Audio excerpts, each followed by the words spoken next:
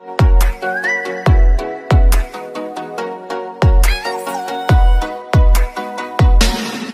House. Ito ay isang South Korean television series na ipinalabas noong April 2025. Queen's House ay isang revenge drama tungkol kay Kang Jae-in, isang babaeng nawala ang lahat pagkatapos maniwala na mayroon siyang perpektong buhay at ang kanyang walang humpay na pakikipaglaban para mabawi ito. Siya ang pinakabatang pinuno para sa isang design team sa YL Group at nagmula siya sa isang mayamang pamilya. Ang kanyang buhay ay tila napaka-ideal na siya ang kinaiinggitan ng maraming tao.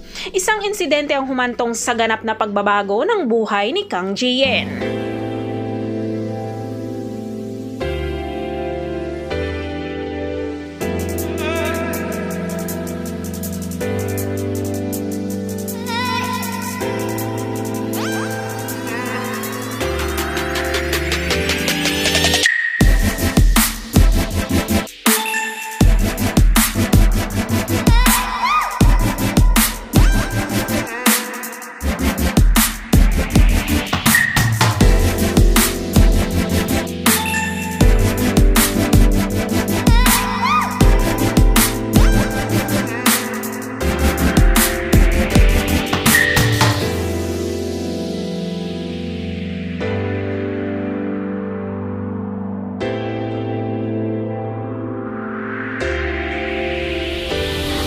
Queen's House ay binubuo ito ng 100 episodes at ipinalabas na ang unang episode noong April 28 at ipinalabas na ito sa KBS2 Network sa South Korea tuwing Lunes hanggang Biyernes.